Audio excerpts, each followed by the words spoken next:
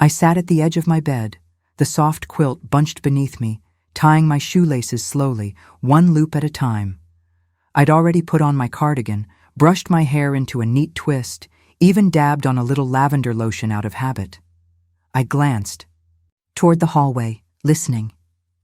Maybe I'd hear the soft patter of Emily's feet or her tiny voice calling, "Grandma?" Maybe she forgot her favorite bunny. Maybe Anna would realize she needed help after all. But the house was still. The hum of the fridge filled the silence, steady and distant. The only other sound was the soft creak of my knees when I leaned forward to tug on the second lace. I looked down at my shoes, plain and worn, but sturdy, perfect for walks in the park or chasing a curious toddler. I'd chosen them carefully. I always did. A breeze moved the curtains slightly, letting in a bit of morning sun. It lit up the corner of the bed where Emily used to nap when she was just a few months old. I smiled at the memory, her little fists curled up near her cheeks, her breath soft and even. My hands rested in my lap after I finished tying the last knot. I didn't stand up. I just sat there, listening a little longer, giving her time, giving myself time. Sometimes hope doesn't make noise. It just sits beside you, quiet and patient, whispering maybe. But the silence answered louder. I rose anyway, picked up my small brown bag from the chair, it was already packed, and walked slowly toward the kitchen, just in case. The light poured into the kitchen through the wide window over the sink. Anna was already moving briskly, hair tied up, one hand holding her coffee mug, the other adjusting her smartwatch. She didn't say good morning. The only greeting was the soft beep from her watch as she tapped through notifications. Emily sat on the floor by the fridge, tugging at her sock. Anna leaned down and clipped on her little shoes quickly, murmuring something I couldn't quite hear. I stood there, holding my bag, waiting for a glance, maybe even a smile. But her eyes never met mine. The kitchen smelled like fresh brewed coffee, and that eucalyptus soap she always uses. I remember when our Saturdays smelled like pancakes and syrup. "Got her snack packed?" she asked without looking up. I nodded. I brought some applesauce too. The cinnamon she likes. She didn't answer, just reached for a different pouch on the counter. Her watch beeped again. She swiped at it. I shifted on my feet. I thought, maybe I could come with you this time, just for the park. "I think we're good, Mom." I watched as she zipped Emily's jacket, gently and efficiently, like a woman used to doing it all. The ticking of the clock above the stove filled the pause. I used to talk about life in this kitchen. Now I just exist in it. My hand reached into my bag as she lifted Emily into the stroller. I'd packed everything with care. Her applesauce cups, soft tissues, a light scarf in case the wind picked up. I pulled the zipper halfway and paused. They didn't ask. Emily was already snug in the seat, buckled in like a little passenger on someone else's route. I glanced down at the applesauce cups, their foil tops reflecting the light. She used to squeal when I handed them to her. I closed the bag again. No need. The stroller's pouch was already full, packed with another set of snacks, wipes, and everything else she needed. My love sat quietly in that bag, ready, thoughtful, but uninvited. I held it close anyway. Sometimes you carry things just to feel useful. She was halfway out the door when she said it. You're too slow to keep up with her. It came out like a fact. No venom, just air. I nodded, not because I agreed, but because arguing would have made it worse. Emily looked back at me, her eyes wide beneath her little sun hat. She didn't say anything. Anna didn't look back at all. The spring light outside was bright, flooding through the open door. It made everything in the room feel sharper. The shine on the tile floor, the pattern of the dish towel, the cooling cup of coffee on the counter. I stood there, heart tight, nodding like someone who understood her place. But I didn't. Not really. I wasn't slow. I was just not needed. That was the part that stung the most. As I stepped outside, the porch greeted me with a familiar creak underfoot. It was the same step I'd stood on holding Emily as a newborn, rocking her while the wind teased her little hat. But today it felt different. The wood gave just slightly under my heel, like it, too, had grown tired of waiting. I watched the stroller disappear down the sidewalk, Anna's stride quick and focused. Emily's little hand clutched the side rail. She didn't turn. The tulips in the yard had started to open, bright red and yellow cups stretching toward the sun. The scent of fresh earth filled the air, but it felt distant to me. A bird chirped nearby, loud and cheerful. I clutched the strap of my bag. The applesauce was still inside. So was the scarf. I thought I'd cry right there on the step. But I didn't. Not until I reached the sidewalk. And even then, it wasn't loud.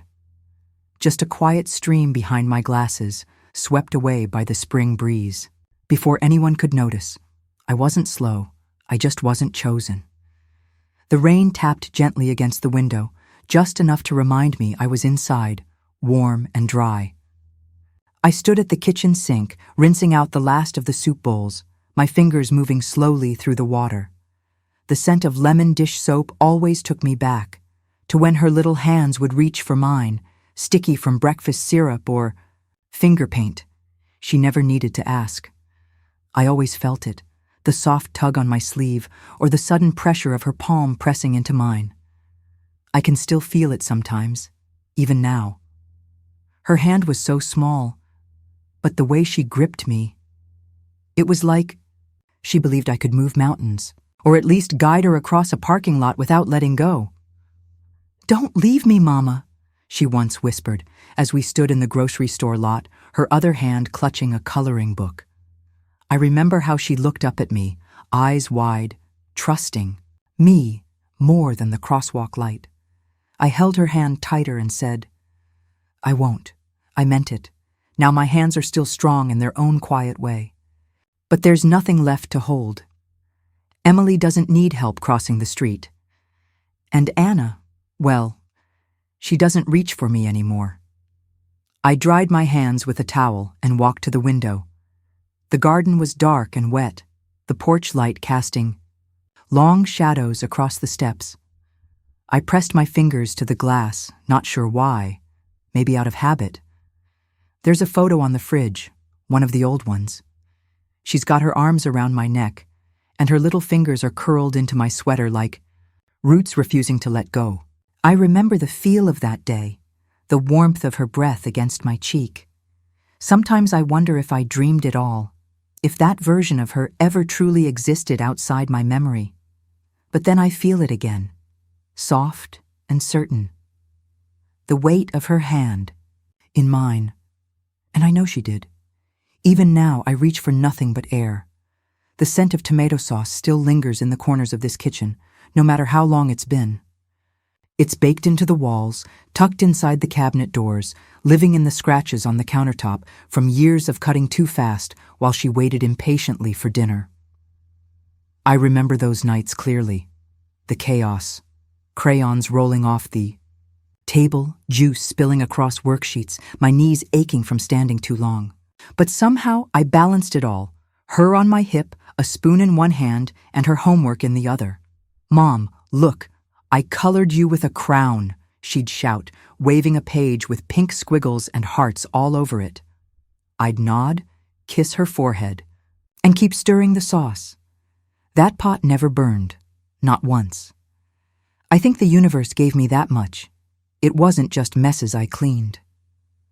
I wiped away tears from her chin after a tough day at school, scribbled notes to slip into her lunchbox reminding her to smile. I tucked a warm cookie into her bag sometimes, just because I wanted her to feel cared for, even when I wasn't near. She never saw the bills on the counter or the fact that dinner was whatever I could piece together from the back of the pantry. I made magic from crumbs, and she believed it was a feast. The kitchen back then felt alive. There was music in the way she ran through it barefoot, giggling with peanut butter on her cheeks. Now it's quiet, too clean. The fridge hums like it's trying to fill the space she left behind. I sat at the table and looked at the chipped spot on the cabinet, the one I covered with stickers for years. She put the first one there after I bumped into it with the mop. Bucket. It's still there, half peeled, a little unicorn missing one ear. I didn't just raise a daughter. I built her world with my bare hands, steady arms, and a heart that never clocked out. And now I sit in the same chair, and all I can do is wonder if she remembers any of that. She used to call out for me in the middle of the night. Sometimes a bad dream, sometimes just the quiet getting too loud for her little heart. "Mama?" she'd whisper from the doorway. I'd sit up before she finished the word, lifting the blanket and patting the space beside me. She always climbed, in with cold toes and tangled hair, curling into me like I was the only safe place left in the world. I sang the same lullaby every time. Soft and slow.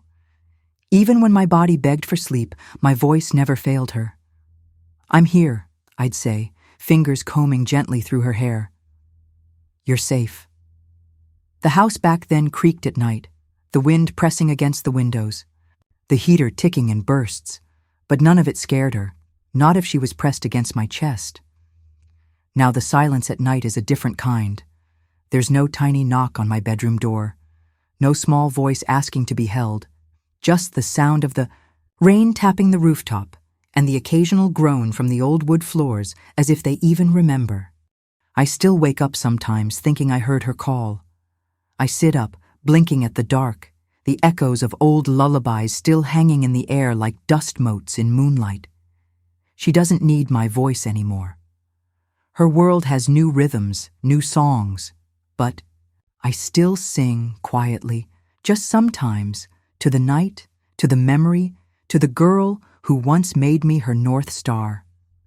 The refrigerator hums steadily behind me as I make my tea, and there they are, those old drawings still clinging to the door like memories that refuse to fall. Faded construction paper, curled at the edges, colors softened with time. She drew me with a crown once. Stick arms, giant smile, Mommy's Queen, written in pink marker. The W looked like mountains. I smiled as I touched the corner of the page, gently smoothing it like I'd done 100 times before. I've thought about taking them down, framing them maybe, or just letting them go. But I never do. They remind me of a time when I was magical, when a marker and 5 minutes were enough to make me royalty in her eyes, when her world began and ended with me. The rest of the fridge is clean now. No new drawings, no grocery lists scribbled in crayon, no alphabet magnets spelling silly words. Just those 3 pictures, slightly tilted, fluttering every time the door shuts. She never asks about them. I don't even know if she remembers drawing them, but I do. Those pictures were taped up before meetings, before missed calls, before I'll drop her off next week. Back when hugs were easy and time wasn't something we scheduled. I sip my tea, now lukewarm, and let my eyes linger on the paper hearts and awkward stars. They've lasted longer than most things in this house. Maybe that's why I can't bring myself to take them down, because they still see me the way she used to.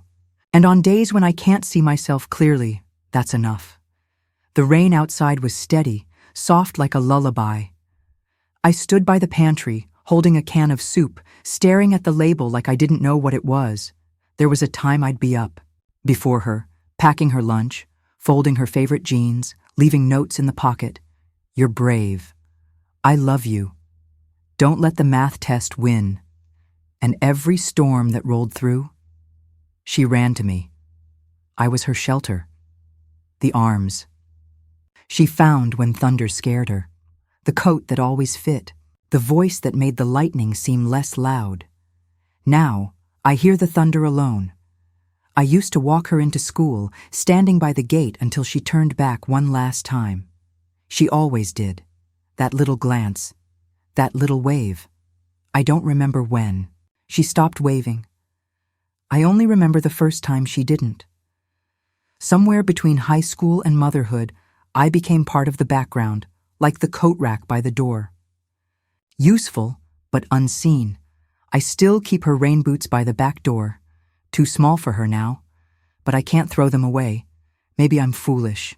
Or maybe I just want to be ready in case she ever turns back again, because that's what shelter does. It waits, even when no one runs toward it anymore.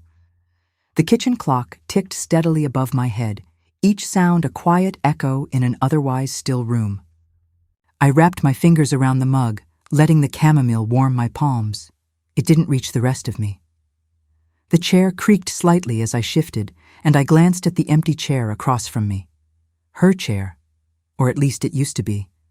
The cushion still held a little indentation, as if memory had weight.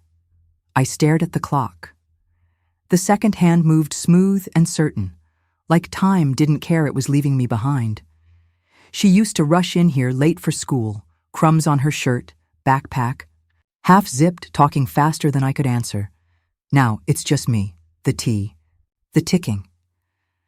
I wonder if she remembers the lunches I made, the songs I sang, the way I tucked the covers under her feet just right.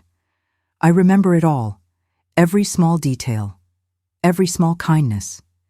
Maybe the past only lives inside me now. A private museum. With no visitors. Still, I sit here, 1 second at a time.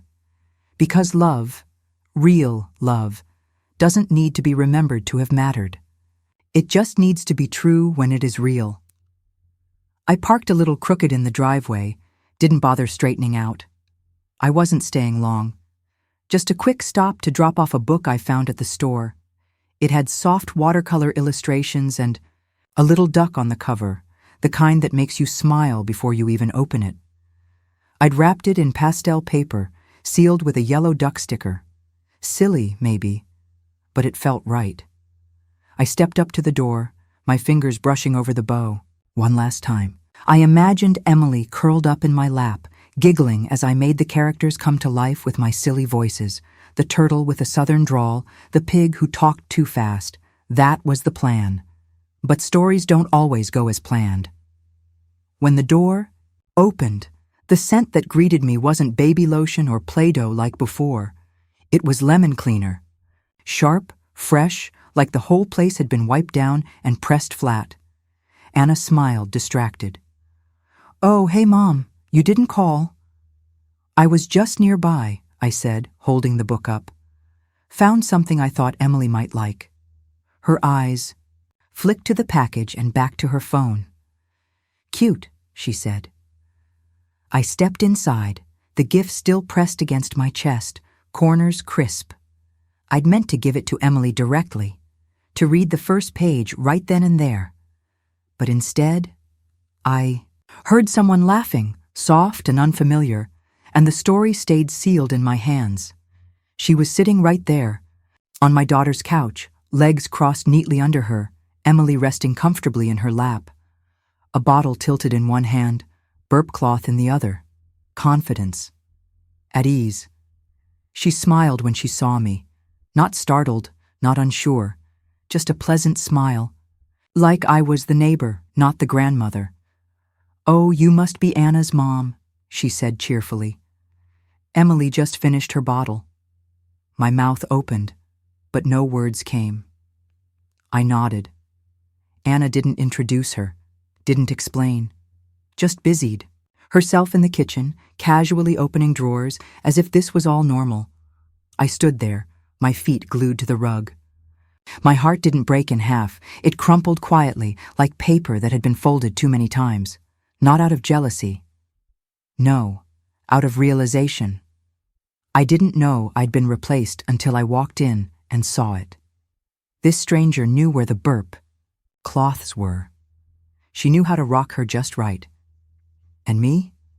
I just stood there, holding a book that no one asked about.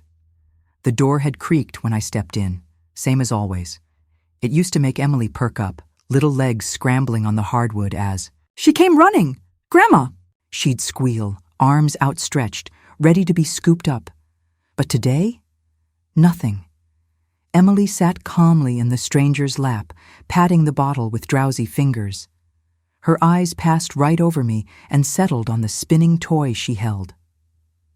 Anna was at the counter, scrolling through something on her phone, nodding slightly as the microwave beeped. Nobody stood. Nobody turned. I shifted from one foot to the other, the paper bag in my arms feeling heavier by the second. It was like walking into a photo I wasn't part of, like a piece of furniture someone forgets they used to love. I smiled, I think, a reflex. Just to prove I was okay. But inside, I could feel something small and important shrinking. I thought maybe I'd stay for 5 minutes, just long enough to see Emily's eyes light up, maybe read her the first page, hear her laugh. But the book never left my hands. Anna was talking about the new daycare schedule. The other woman chimed in, offering to send over a few good snack ideas. I stood near the doorway, waiting for a pause, a breath, any small invitation in. It never came. I clutched the paper a little tighter, crinkling the edges. My fingers stayed, curled around it as I backed out quietly. "All right," I said, though no one had really heard. "I'll head out."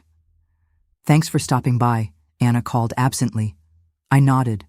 Outside, the wind caught the ends of my coat as I reached the car. The sun was starting to dip, that golden glow brushing across the windshield. I sat in the driver's seat, the book still untouched beside me. The seatbelt clicked, and I exhaled. I didn't cry. Not then. But it felt like holding in a lullaby I never got to sing.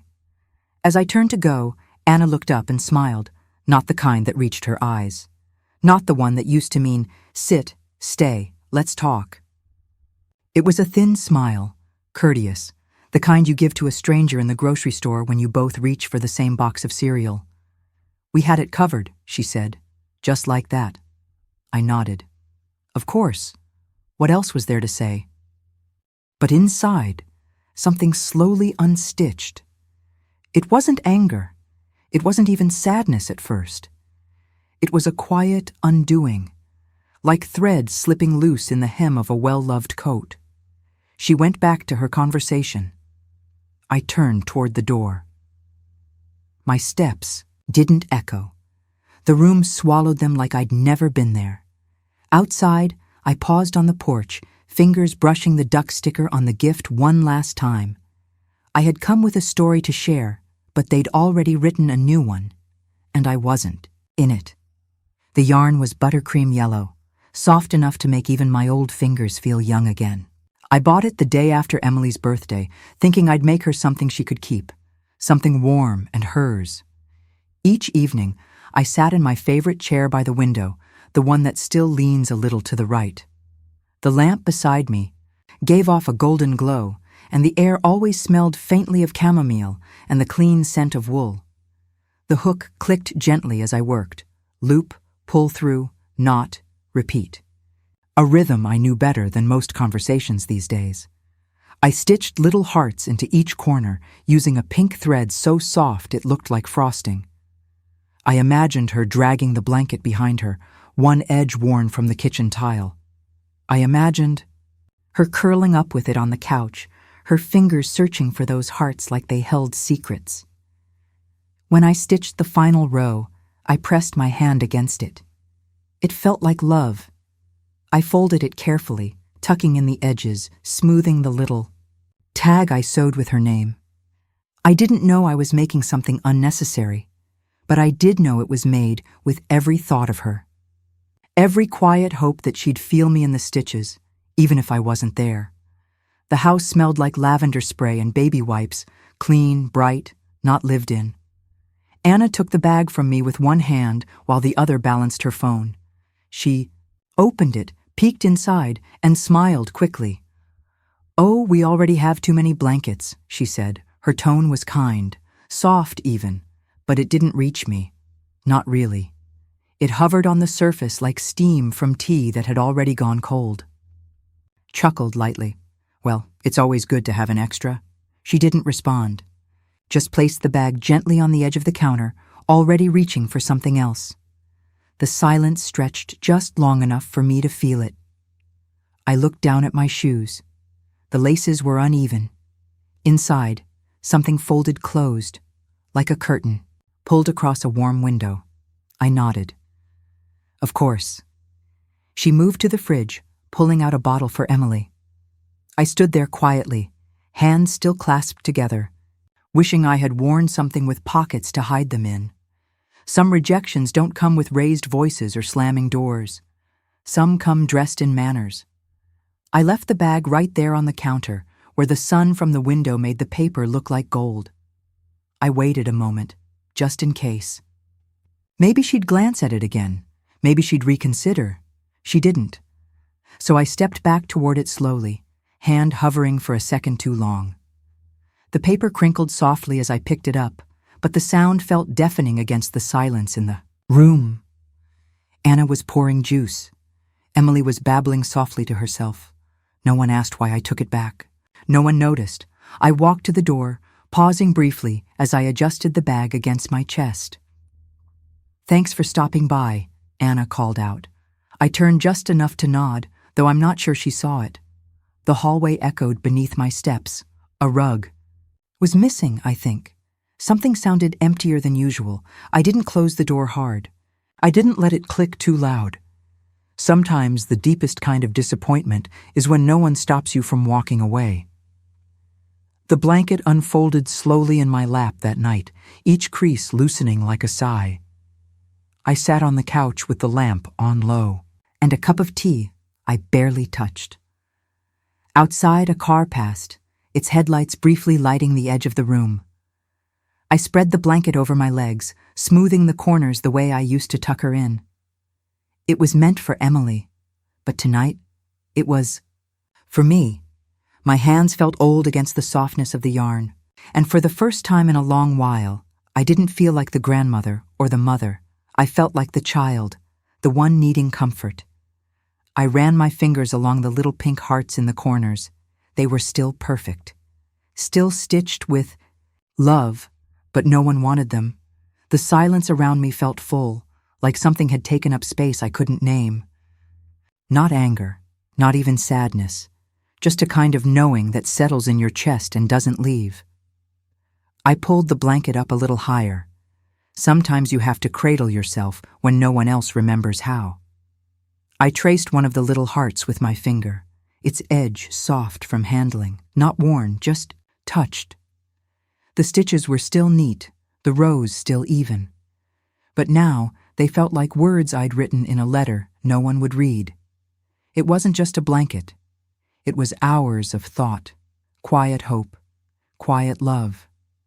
Offered and declined. Not cruelly. Just passed over. Somehow, that hurt more. I folded it gently, resting it beside me on the couch, the same way you rest your hands after saying something that mattered but wasn't heard. Outside, the wind picked up. I could hear it moving through the trees like a memory you can't stop from coming back. I didn't cry. Not really. I just sat there, wrapped in something I made for someone else, and let the quiet stay. I stood at the stove, stirring the soup slowly, just carrots, thyme, and a bit of garlic. Nothing fancy, just warm and familiar, the kind of thing you make when the air feels heavier than it should. The kettle was warming behind me, whistling low like it hadn't yet decided if it wanted to sing. I reached for the phone and dialed without thinking. Lucy always picked up on the second ring. "Hey," I said, my voice light, almost too light. "I found a new trick for carrot soup." There was a pause on the line. Just the sound of her breath and a bird chirping faintly in the background on her end. "Carrot soup?" she asked. "You always did like that." "Yeah," I laughed softly. "I tried it with a little nutmeg this time. It's odd, but not bad. I meant it to be a small thing, something easy, something warm. But even I could hear it, something in my voice that wasn't quite soup." She didn't say anything for a moment. I stirred slower. It's funny how a sister can taste sadness before you serve it, and I think she did. Before I ever said a word that really mattered. "Annie," she said, just my name, soft like a memory. Her voice cracked at the end. just the tiniest break, like a record skipping in a song you love. I held the phone closer, letting it press into my ear like it could hug me through the wire. "I'm here," I said. There was a quiet sigh on her end. "I know," she whispered. I hadn't even told her what was going on. I hadn't said anything real, just carrots and nutmeg. But her Annie opened something inside me that had been sealed shut. I could feel the tears pressing behind my eyes, the kind that don't fall because they're not brand new. They've just been waiting. "I just wanted to share the soup," I murmured. "I know," she said again, "but your voice told me more." The lace curtain shifted in the kitchen window, catching the breeze. I reached out and touched it gently, grounding myself in something soft. I hadn't realized how much I needed her voice until I heard it crack, and suddenly, mine was ready to break too. "You don't sound like you," she said quietly. It wasn't an accusation, more like noticing something had gone dim, like the hallway light she always forgot to replace when we were kids. I pressed the phone tighter to my ear and didn't answer right away. "I've just been tired," I finally whispered. Even though it wasn't about sleep, she didn't push. Didn't list things I should do to feel better. Just let it sit. I'd been walking around stitched together by silence, hoping no one would notice the seams, keeping everything neat on the outside while parts of me frayed underneath. But Lucy noticed. Of course she did.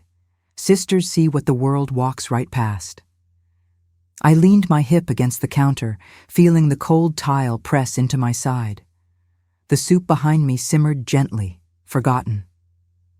"I'm still here," she said, and for the first time that week, I believed it. I sat at the kitchen table, my fingers tracing the rim of my teacup like it might give me the words. "I feel forgotten," I said finally, and even that felt too big for the room. Lucy didn't speak, but I could hear her settle in, like she was leaning back, ready to carry whatever I needed to put down. "Not in the big ways," I added quickly. "Just in all the tiny ones that stack up." The burp is folded by someone else. The blanket was left in the bag. The book I never got to read. I closed my eyes. She doesn't mean to, I know that, but it still feels like I've gone from center to shadow. The clock on the wall ticked gently. Each second felt like a pause she was giving me, room to keep going. I crocheted her a blanket. I spent weeks on it. Little hearts in the corners. She said they had too many. Lucy inhaled softly. "That must have hurt," she said. I nodded, even though she couldn't see. It didn't bleed, but it echoed. She didn't rush in to fill the silence. She just let it be there, like she was catching each echo with both hands. And for the first time in days, I didn't feel foolish for feeling so much. We stayed on the phone like that for a long while, not talking, just being. She didn't ask more questions. She didn't tell me what to do. She didn't offer band-aids or silver linings. She just breathed with me, that soft kind of company you don't have to earn or explain. I sat in the chair, by the window, the tea in my hands now lukewarm, and let the quiet be something sacred instead of something heavy. "I don't know what to do with the blanket," I whispered. "You don't have to do anything," she said. "Just let it be. They're with you." So I did. Lucy didn't fix me. She didn't try to. She just held the silence with me, and in that stillness, something inside me unclenched. Sometimes the most healing thing isn't being heard, it's being allowed to sit in the quiet and not be alone in it. The pen felt heavier than it should have. Smooth, silver, perfectly balanced in my hand, and yet my fingers trembled around it. I hadn't signed anything important in months, grocery checks, sure, and one birthday card that sat unsigned for days before I finally scribbled, "Love, Mom." But this was different. This was my name going down for the last time in places that mattered. The lawyer cleared his throat gently, trying not to seem impatient. I smiled at him, even though my stomach was tight. I looked down at the papers, names in bold, lines waiting, and all I could think about was the time I made a casserole and drove across town in the rain, only to leave it on the doorstep because they'd forgotten I was coming, or the birthdays that passed with no call, no card, the photos I sent that never got a reply, the questions I asked that hung in the air unanswered. My hand steadied, not from defiance, but because someone had to give my heart the closure it wasn't getting otherwise. I clicked the pen open and wrote my name. It wobbled a little at the end, but it was mine, and I meant every letter. I thought it would take longer. When the lawyer asked who I wanted included, I half expected my mind to go blank. Maybe I'd freeze, unsure of what I was allowed to feel, of who had earned a space that once felt automatic. But the names came quickly. Evelyn. My neighbor brings warm muffins on Mondays just because. Howard. My friend from church who fixed this loose stair on my porch without being asked. Tyler. The young man next door who shovels my walkway every winter and never lets me pay him. They're not family by blood. But they showed up, again and again, quietly, kindly. They didn't expect anything. They didn't ask. They just cared. I smiled as I said each name aloud, surprising even myself with how clear it all felt. The lawyer nodded, scribbling each one with care. It wasn't about punishing anyone. It was about remembering who remembered me. Sometimes time shared means more than years known. These weren't just names. They were the people who stepped in when others stepped back, and they deserved to be written into the final chapter. The paper was crisp, the ink smooth, the air around me still. There was a soft click as I uncapped the pen again. I looked down at the list. Familiar names, once sacred, now just space fillers. Anna. Her husband. I read them once, then again. And then I drew a quiet line through each, not out of spite, not out of fury, just reality. I gave years, meals, afternoons. I gave reminders, support, silence, space. And in return, I became someone whose calls were answered 3 days later, if at all. Someone thanked with formality, not warmth. Crossing. Their names off didn't feel like betrayal. It felt like clarity, the kind that arrives not in storms, but in stillness. The pen made no sound, but I felt the decision echo gently inside my chest. I didn't weep. I didn't flinch. Some goodbyes aren't spoken. They're written, and they don't burn bridges. They just stop sending postcards across them. The sun was pouring in through the tall office windows, stretching gold across the table. My hand rested. On the page after signing the final line, fingers loose now, ink. It's funny how final it feels. No emotion, no hesitation. Just the truth, held in black lines and sharp corners. Blood failed me in quiet ways. The birthdays they missed, the dinners they canceled, the glances that said later when I needed now. But ink? Ink didn't lie. It didn't ask me to soften it or second guess. It just did what I told it to. I signed because I deserve a say. Not as a mother, not as a grandmother, just as a person who gave, who waited, who loved, and who was tired of waiting for that love to be returned. I set the pen down slowly. The lawyer reached for the folder. That's it, he said softly. I nodded. Yes, it is. Not out of finality, but out of relief. Ink told the story. Blood couldn't be bothered to finish. The door clicked softly behind me as I stepped out onto the sidewalk. I thought I'd feel heavier. Regretful, maybe. Like mourning something that used to be. But instead, the breeze hit my face like a slow exhale. Autumn leaves were skimming along the pavement, dancing in little spirals. I zipped my coat up halfway and tucked the folder under my arm. There was no ache, just a quiet sense of being settled, like cleaning out a closet and finding room to breathe again. I didn't look back at the office. Didn't need to. Peace isn't always loud. Sometimes it's just the absence of the ache you've been carrying so long. You forgot it wasn't part of you. The wind lifted a strand of my hair and brushed it against my cheek like a gentle goodbye. No drama. No speeches, just me, and no regret in my pocket.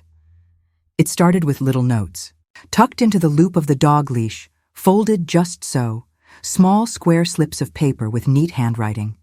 Thanks again, Mrs. Harwood. You're the best.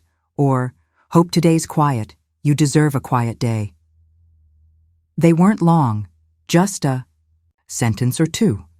But every one of them made something flutter in my chest I hadn't felt in a while. Gratitude, yes. But also, attention. One evening, as the sky turned that deep lavender blue and the porch light blinked itself on, I found something different waiting for me. A travel mug, sturdy, warm in my hand. And when I twisted the lid, the scent of cinnamon rose up like an old memory. Tyler had scribbled a note and taped it to the mug. Figured you might like this. It smelled like something good. It did, and it tasted even better. It was simple tea, but I sipped it slowly on the porch, cradling it with both hands like it might fall apart if I didn't hold it close enough. I hadn't realized how long it had been since someone brought me something warm without asking what I wanted first. He didn't guess perfectly. He just tried, and that mattered more than the tea. He sat on the step with his elbows resting on his knees, that loose, comfortable way young people do. Pretty quiet out here, he said. I nodded, wrapping the cardigan a little tighter around me. I like quiet. He didn't take out his phone, didn't glance away. He just looked at me. How was your day? I smiled. Well, a flower bloomed, one I didn't plant, right between the hydrangeas. Pink as bubblegum and stubborn as anything, he grinned. Sounds like a fighter. Maybe, I said, or just determined to be seen. There was a pause. A breeze lifted the leaves and carried the scent of earth and early dusk across the porch. I'm glad you told me, he said. That's all. Just that. And something opened inside me. Most people ask how you are so they can move past it, Tyler asked, so he could stay in it with me for a minute. It felt like finding a window in a room I thought was sealed shut. Sometimes it's not about the words. It's about being looked at when you answer. The dog always arrived before Tyler did. Old girl. Slow-moving now, with her hips starting to stiffen and her tail sweeping the porch like a lazy broom.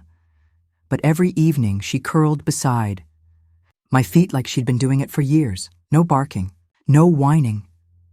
Just a soft huff as she settled in and pressed her back gently against my slippers.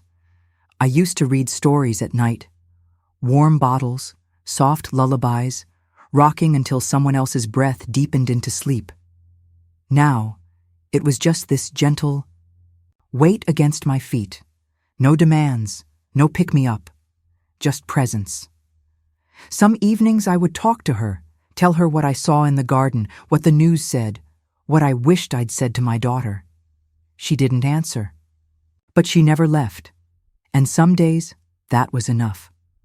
Her fur smelled faintly of cinnamon and grass, and the living room lamp cast a warm glow over both of us, turning the quiet into something sacred. She reminded me that not all love is loud. Some just curl up next to you and stay. People think caregiving only counts when it comes with diapers, bottles, or bandages. But there's something sacred in the small things too. I didn't change diapers anymore. I didn't warm bottles or hum lullabies. But I fed the dog, walked her carefully along the sidewalk, kept her bowl clean and full, and when Tyler came home, his face tired, his shoulders heavy, I handed over the leash with a soft smile and made sure he knew she'd been loved that day. He always paused. Thanks again, Mrs. H. And then he started staying for a few minutes. Tea on the counter, an extra cookie left by the kettle. He'd ask about my day, not because he had to, but because he actually cared. And suddenly, the house didn't feel quite so hollow. I wasn't a babysitter. I was a participant in someone's peace, and they were participating in mine. Love doesn't always knock. Sometimes it just shows up at your door with a leash and a smile and trusts you to hold something. Gentle. We didn't talk much. Some evenings, he'd sit on the porch beside me, nursing his tea, his dog already curled on the step. I'd have my blanket over my knees, fingers wrapped around a warm mug, steam lifting softly in the last stretch of dusk. We watched the street lamp flicker on, casting long, quiet shadows across the sidewalk. The breeze lifted the edge of my blanket, and I tucked it back in without thinking. No one rushed. No one filled the silence. And still, it felt like company. Tyler didn't try to entertain me. He didn't feel awkward in the quiet. We just existed beside each other, me, him, and the soft sound of a dog snoring at our feet. Sometimes I'd look over and find him watching the stars come out, his eyes a little softer than they were when he'd arrived. I never asked what he was thinking. He never asked what I missed. And it was enough. Because sometimes healing doesn't come from words. Sometimes it just comes from not being alone. The envelope was cream-colored, smooth, and slightly stiff in my hands. I recognized the handwriting immediately. Anna's. Not the handwriting from her school days, when she wrote letters with curly loops and tiny hearts over her eyes. No, this was neat, tight, almost mechanical, like something you'd see on a wedding, invitation, or a professional thank you card. I held it in my lap for a while, brushing my thumb along the edge. The heater kicked on beside me with its familiar hum, soft and steady, and I pulled the lap blanket a little tighter. The pine-scented candle flickered from the shelf nearby, throwing shadows across the wall. I used to get her Christmas cards earlier, always filled with scribbles from Emily, to Grandma in crayon, sometimes stickers half stuck to the inside. There'd be a little handwritten note, too. Something small but warm. Emily lost her first tooth, or thinking of you when we made sugar cookies. But this envelope felt different. Not because of its size or color, because of its weight. Not physical, but emotional. Some things feel heavier before you even open them.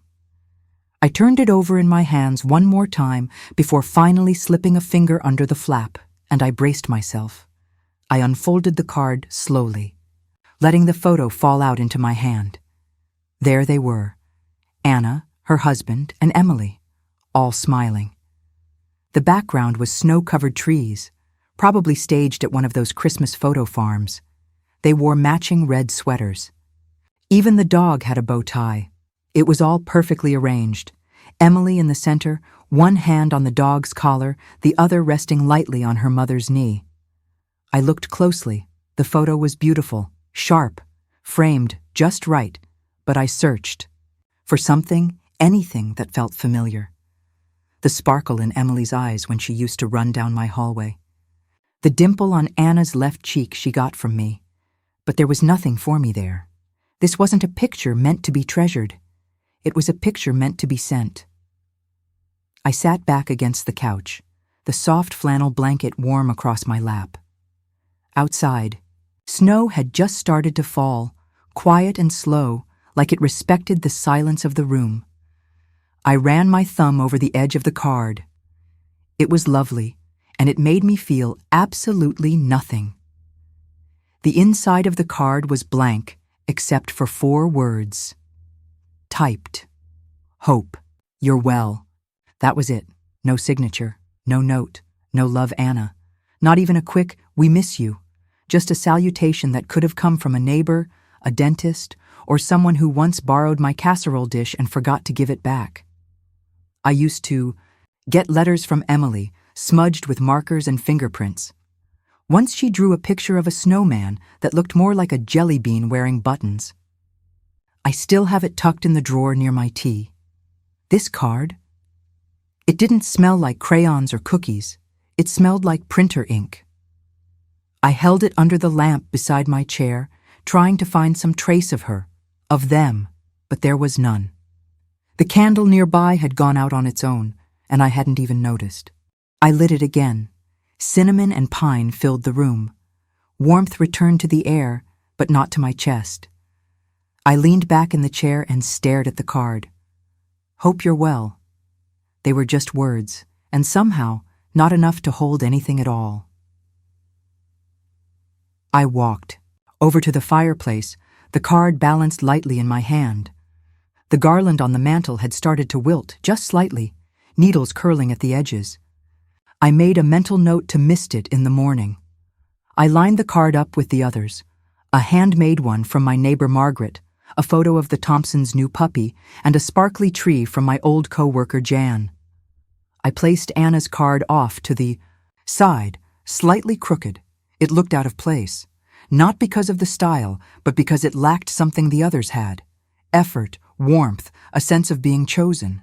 Still, I kept it there, not because it comforted me, but because I needed to see it, to know I still existed in some corner of her December, even if only as an obligation, even if only as a name in her address book she didn't quite cross off yet.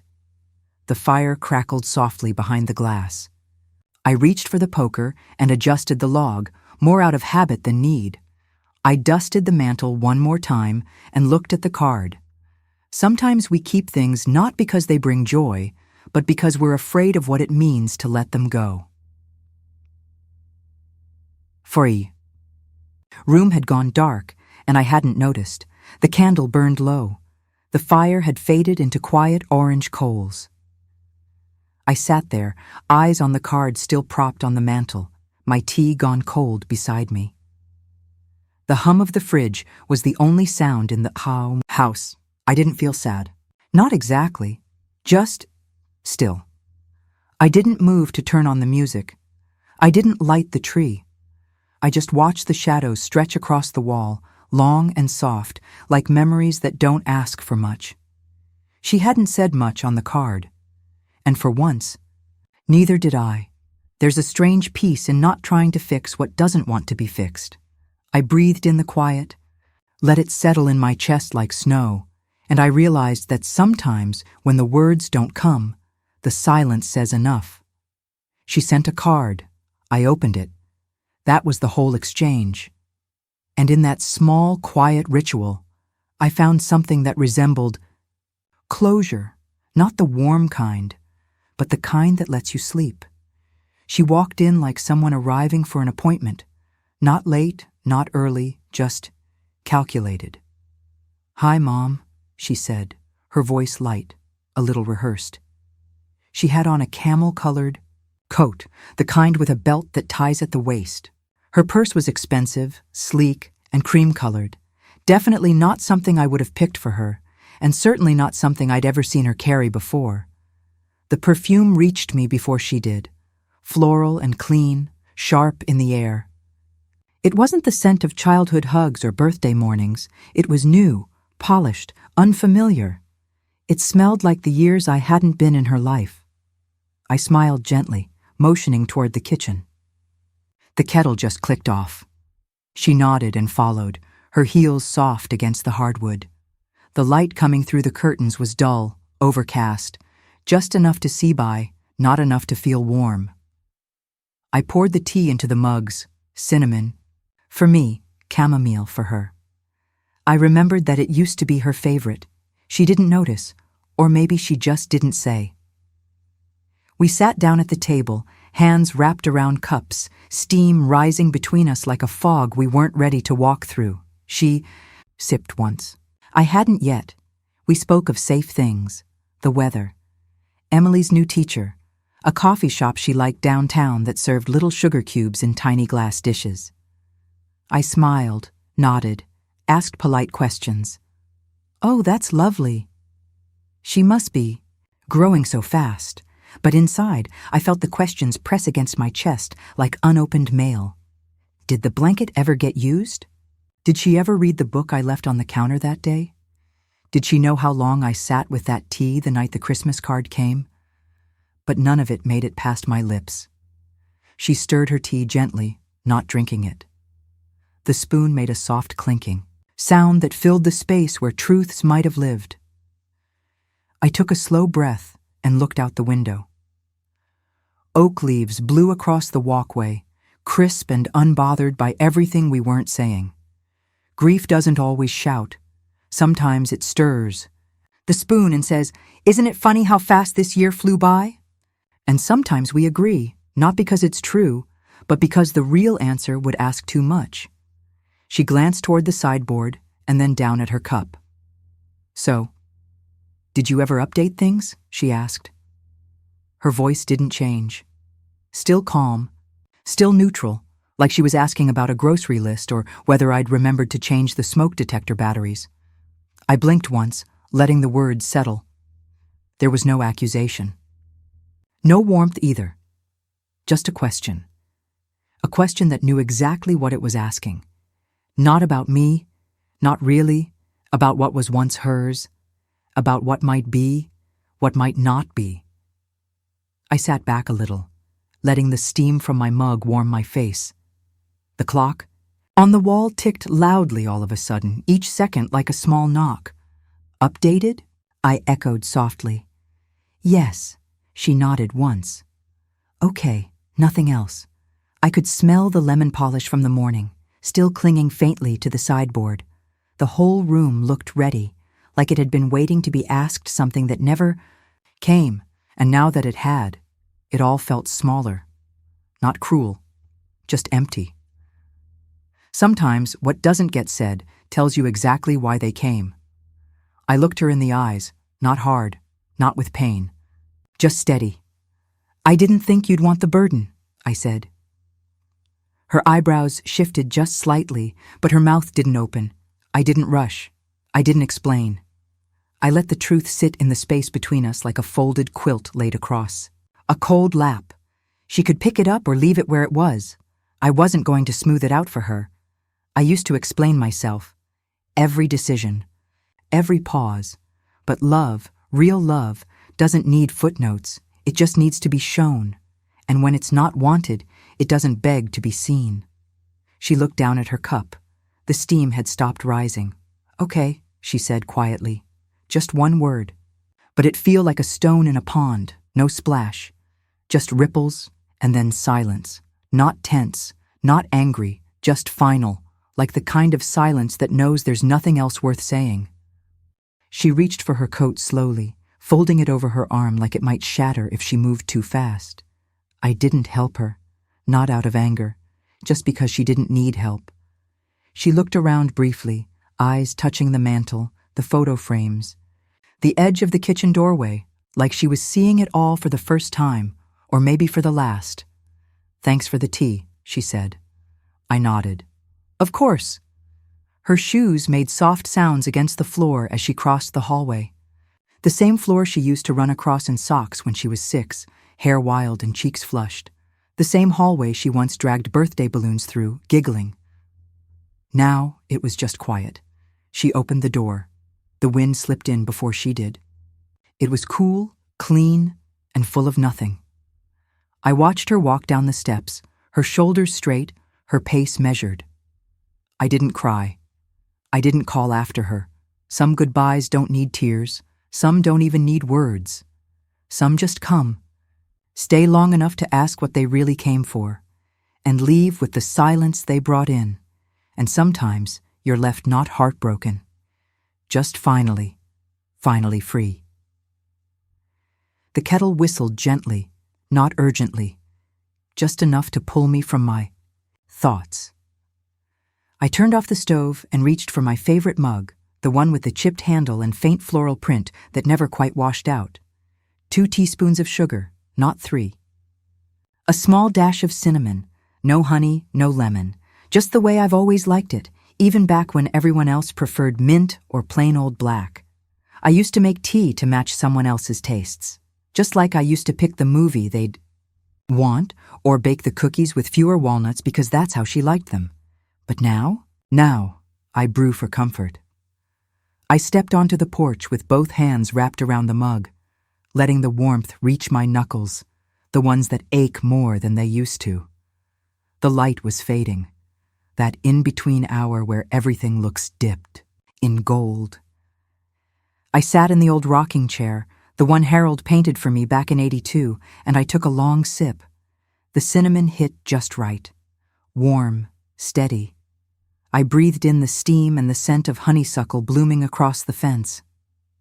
No rush. No performance. Just me, my tea, and the stillness that no longer asks for apology. The porch steps creak now and then, but it's never someone coming up them, just the wind shifting through or the neighbor's dog chasing shadows that don't matter much to anyone else. I used to flinch at the quiet, wait for the phone to ring, the car to pull in, the text to buzz. But now, when the silence settles, I let it. It's become something familiar, something tender, like an old lullaby I hum for myself. There are no knocks at the door these days, no sudden visits or dinner surprises. And for a while, that felt like failure. Like I'd been forgotten, like love had left and taken its coat with it. But tonight, as twilight folds over the yard and the crickets begin their soft chorus, I realize it's something else. Not loneliness, stillness, the kind you earn after years of motion. My tea is half gone now, and the porch light flickers on, automatic, like it's reminding me that this hour is mine. I sit quietly and smile. No one calls. No one knocks, and that's all right, because sometimes peace sounds like nothing at all. There was a time I left the porch light on with hope that someone will stop by, that a car might pull in, and the door would swing open, and someone would say, I was just in the neighborhood, but the visits didn't come. And slowly, that light stopped being a beacon. Now I turn it on for me. It shines soft and golden across the porch, stretching just far enough to light the edge of the step, but not so far that it invites anyone in. It's not cold, not unwelcoming, just mine. This porch, this chair, this gentle glow, it doesn't promise anything anymore, and that's a comfort. I used to think keeping the light on was an act of love. Now I know it can also be a boundary, a way to say, I am here. I am safe. I am enough. The amber hue falls across my lap, catching the steam rising from my mug. I shift slightly, my sweater pulling at the shoulder, and I let the light hold me, not because I'm waiting, but because I've decided I'm worth lighting up the evening for. Peace didn't come all at once. It arrived in pieces, in the quiet that didn't feel lonely, in the dog who curled up beside me, resting her chin on my foot like I was the most solid thing she knew, in the tea that stayed warm until the last sip, in the breeze that whispered through the trees and never once asked me to move. I didn't wake up one day. I didn't throw out grief like an old coat. I carried it with me quietly until I realized it had grown lighter. Now I sit taller in this chair, not younger, not livelier, just rooted. There's a strength in stillness, in not needing the noise anymore, in knowing. I built this little life of mine out of moments no one applauded, and I'm proud of that. The tea's cooling, the light's steady, and I am not waiting for anyone to come tell me I've done well. I know I have, and in this golden silence, that's enough. This porch doesn't hold memories anymore. It holds me. Not the mother who gave until her arms ached. Not the grandmother who waited on the sidewalk for a wave that never came. Just me, Annie, with her favorite mug, her blanket pulled across her knees, and her breath steady and her heart quiet. I used to think being alone meant being unfinished. But I see now, this isn't a pause, this is presence. The stars are starting to show, just one or two at first. The kind you have to look for. I sip slowly. The porch light glows behind me, not because I'm hoping someone will see it, but because I want to see myself in its shine, and I do. In the way I sit without shrinking, in the way I don't reach for my phone. In the way I let the night be what it is. For the first time in a long time, I am not waiting to be chosen. I am choosing me. And that, quietly and completely, feels like home. Thank you for sitting with me through this quiet journey. If any part of my story echoed something in your own life, I'd love to hear it in the comments. And if you'd like to join me again someday, the porch light always on.